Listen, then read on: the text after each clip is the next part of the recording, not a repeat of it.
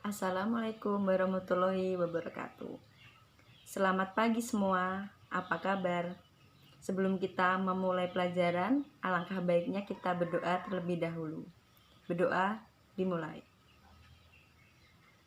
Doa selesai. Hari ini kita akan belajar tentang pola draping dan pola kombinasi. Apakah kalian sudah tahu tentang pola draping? Baiklah, jika belum, kita akan kulas apa itu pola draping dan pola kombinasi tersebut. Untuk pertemuan pertama, kita akan belajar tentang pengertian pola konstruksi, pola draping, dan pola kombinasi. Dan juga kita akan belajar tentang perbedaan antara pola konstruksi dan pola draping. Dan juga kita akan belajar tentang keuntungan pola draping tersebut dan kita akan belajar tentang alat dan bahan pola draping. Baiklah, kita akan mulai pelajaran hari ini. Mohon diperhatikan.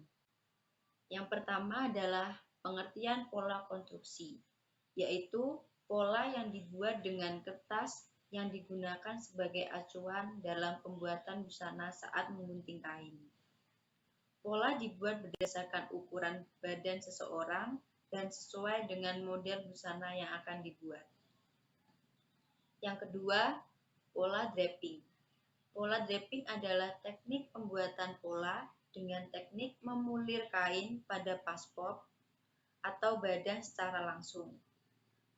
Yang ketiga, pola kombinasi adalah pola yang dibuat dengan memasukkan kedua sistem, yaitu sistem draping dan sistem konstruksi. Menurut beberapa ahli seperti Helen Joseph Armstrong dan Ernawati Agustininartati Wijiningsih, maka dapat disimpulkan bahwa draping adalah teknik pembuatan pola dengan teknik memulir langsung kain atau kertas tela pada boneka, coba, dress form, dan dummy.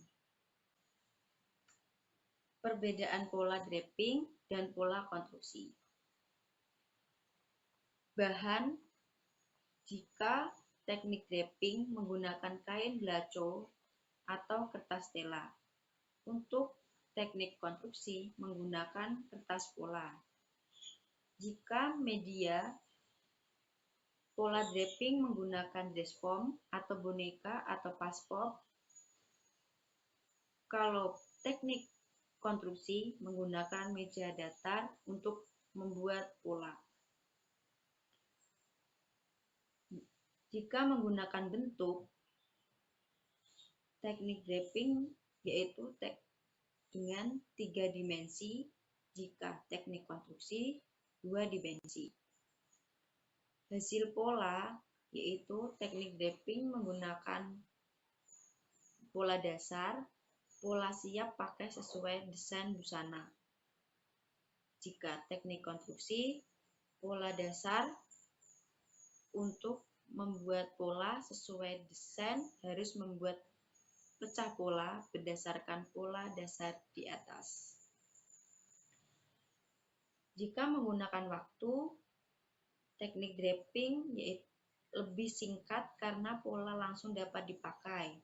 Teknik konstruksi lebih lama karena 2 kali kerja. Ukuran: teknik draping tanpa memerlukan ukuran, jika teknik konstruksi memerlukan banyak ukuran.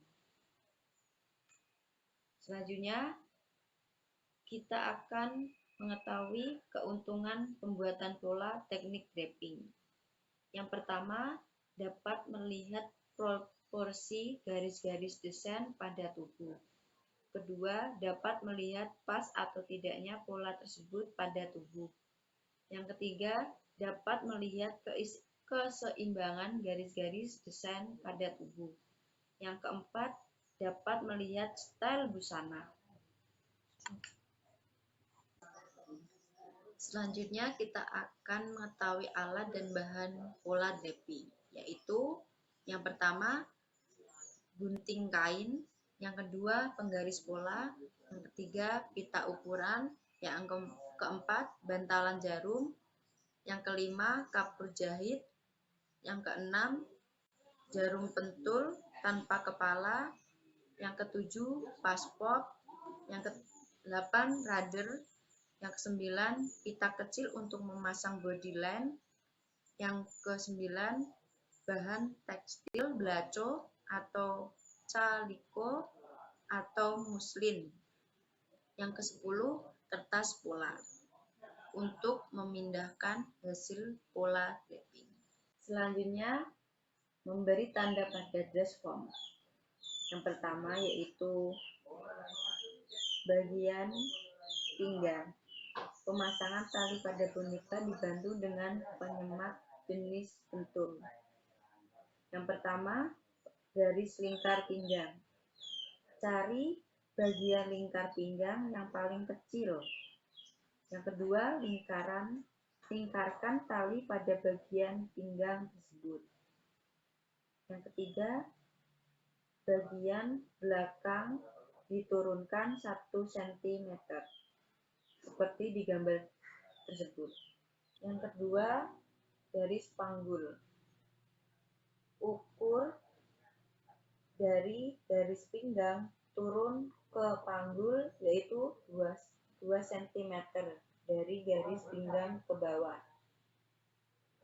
Yang kedua, lingkarkan tali kot dari depan ke belakang. Yang ketiga, menentukan garis dada.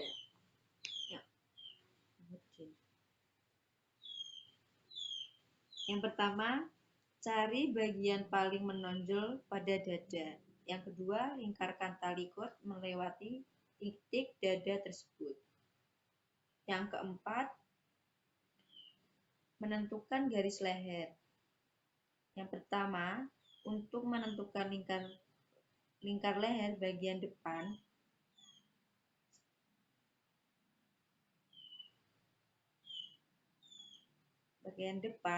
diukur 38 cm dari pinggang ke atas. Yang kedua, untuk menentukan lingkar leher di bagian belakang diukur 43 cm dari pinggang. Yang ketiga, buat lingkar leher dengan 20 cm dari TM masing-masing 10 cm. Yang keempat, buat lingkar leher belakang 16 atau 18 cm dari TB masing-masing 8 atau 9 cm. Catatan, untuk lingkar leher dapat juga ditentukan langsung dengan cara mencari ukuran pangkal leher yang terkecil. Yang kelima, menentukan garis panjang bahu atau lebar bahu. Yang pertama, diukur batas lingkar leher depan. Tarik garis leher ke ujung bahu atau bahu tertinggi.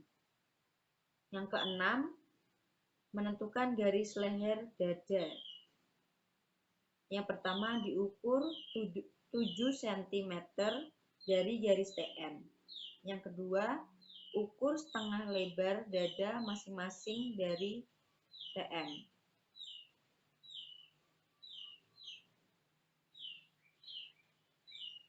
Yang ketujuh, garis lebar punggung. Yang pertama diukur 11 cm ke atas dari TB. Yang kedua, tarik garis ke kanan dan ke kiri, ukur lebar pinggang dari TM masing-masing setengah lebar punggung. Yang kedelapan, garis TM. Yang pertama, dibuat garis tengah muka pada tengah-tengah boneka bagian muka. Yang kedua, garis TB. Buat garis tengah belakang pada tengah-tengah boneka bagian belakang. Menentukan garis sisi. Yang pertama, ukur semua lingkar badan, lingkar pinggang, dan lingkar panggul. Kemudian dibagi dua. Untuk ukuran lingkar bagian depan ditambah 2 cm. Untuk ukuran lingkar bagian belakang dikurangi 2 cm. Contoh menentukan titik bagian badan. Lingkar badan 90 cm dibagi 2 cm sama dengan 45 cm.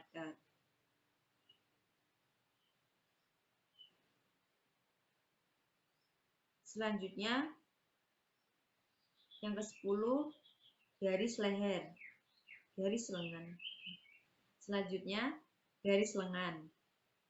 Garis lingkar kerung lengan dibentuk dari titik yang sudah ditentukan tersebut, yang ada di gambar tersebut ini.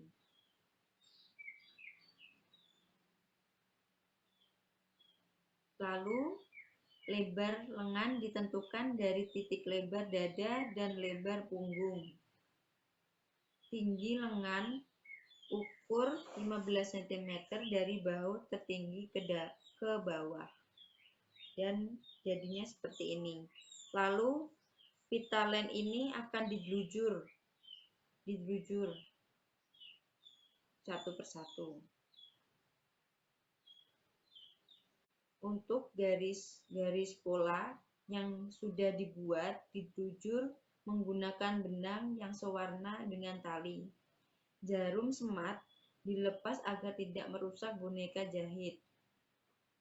Panjang jelujur 0,5 cm. Terima kasih. Inilah materi yang dapat saya sampaikan untuk tugas minggu depan, yaitu membawa alat dan bahan yang sudah saya paparkan pada saat materi. Yang kedua, membawa paspor karena minggu depan akan saya demonstrasikan pemasangan pitalen. Oh ya, untuk kuis minggu ini saya akan kirimkan melalui email koordinator kelas ya. Baiklah, sekian pertemuan hari ini. Sebelum mengakhiri pembelajaran, marilah kita berdoa terlebih dahulu. Berdoa mulai. Berdoa selesai. Sekian, wassalamualaikum warahmatullahi wabarakatuh.